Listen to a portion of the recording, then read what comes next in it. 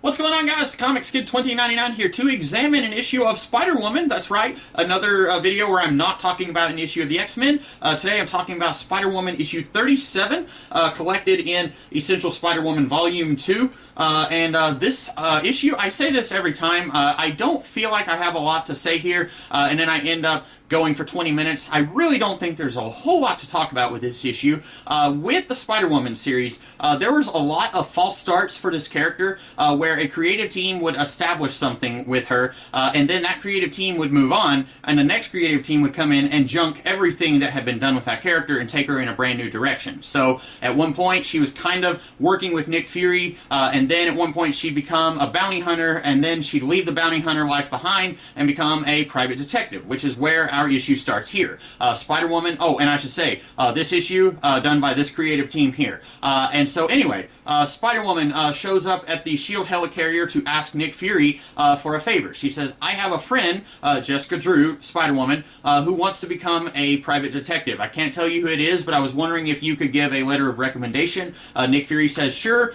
Then Contessa Valentina Allegra de Fontaine, I think I actually got that name right. Yeah, go me.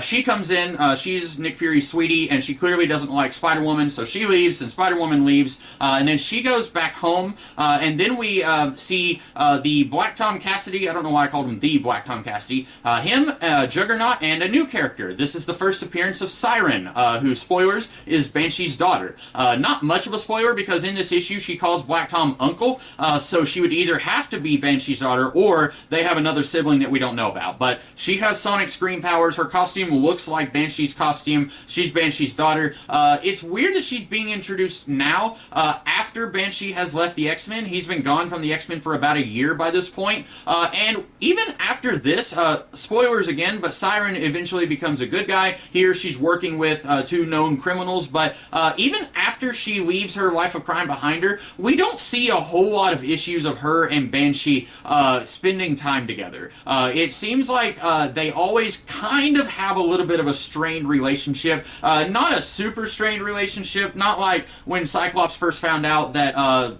Corsair was his father, nothing quite like that, but it seems like these two don't have the best relationship, and I mean, maybe the proof is in the pudding. Maybe that was on purpose. Banshee isn't even in this issue, and he won't be there to meet her whenever the X-Men do meet Siren. But anyway, these three, they're talking about, hey, we're gonna rob this bank before Nick Fury can come and take all this stuff for something. And then Spider-Woman goes home, changes into her, as she's going home, Morgan Le Fay's face shows up in the sky, and Spider-Woman hasn't fought her for like 30 issues, and now suddenly she's appearing and saying, hey, I'm gonna get you, Spider-Woman.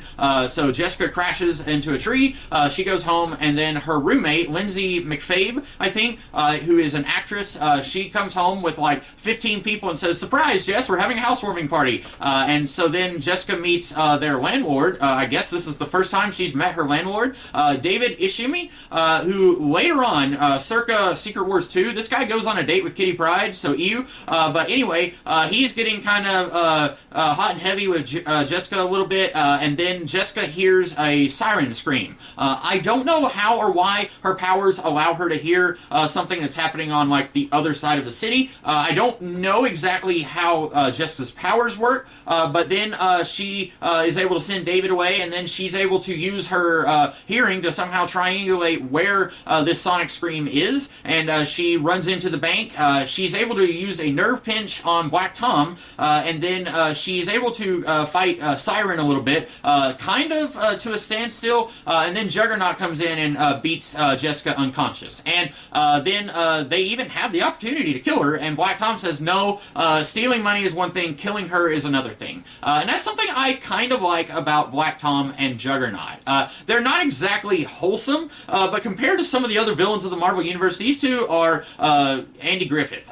Juggernaut, there comes this running joke later on where anytime he shows up, he's kind of just minding his own business, and the X-Men pick a fight with him. I can think of 3 times where that happened over the course of Claremont's later issues. And then here, Black Tom, we see that he has taken in his niece and raised her for Banshee. And years later, there was a series, X-Men Classic, and then later it was changed to Classic X-Men, or it started as Classic X-Men, and then changed to X-Men Classic, and it was reprinting everything from giant-sized X-Men on up to whenever they stopped, and then they also would add a little backup story at the end of each issue, and a lot of that was collected in these volumes, X-Men Vignettes, and I have those volumes, I just don't have them here in my hands, but I remember it was one of the issues, it might have been when Black Tom was first introduced, which would have been shortly after Jean got her Phoenix powers, or maybe in the issue where Jean got her Phoenix powers. The backup for that one actually shows Banshee first meeting Siren's mom, and kind of how that came down, and Black Tom had a thing for her, and then how that relationship didn't come to happen, and it's really sweet and kind of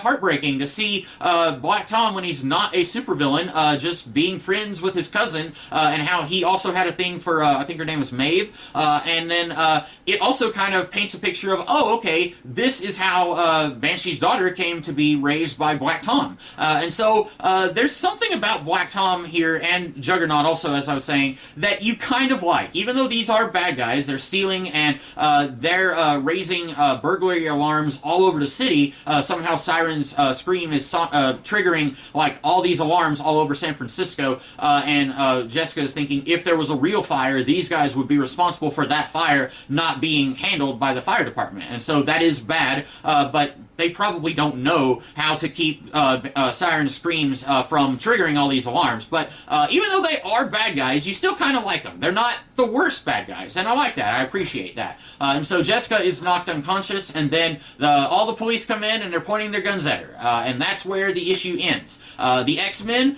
do show up briefly in a cameo. Professor X noticed his Cerebro went off like, oh, there's a mutant in San Francisco. We need to go and take care of this. And the X-Men are in the Danger Room, and Kitty once again just walks in the Danger Room when they're having a session. She's done this before. I don't know why she keeps doing this. And then she yells at them for yelling at her. And that's it. This issue ends on a cliffhanger, like I said.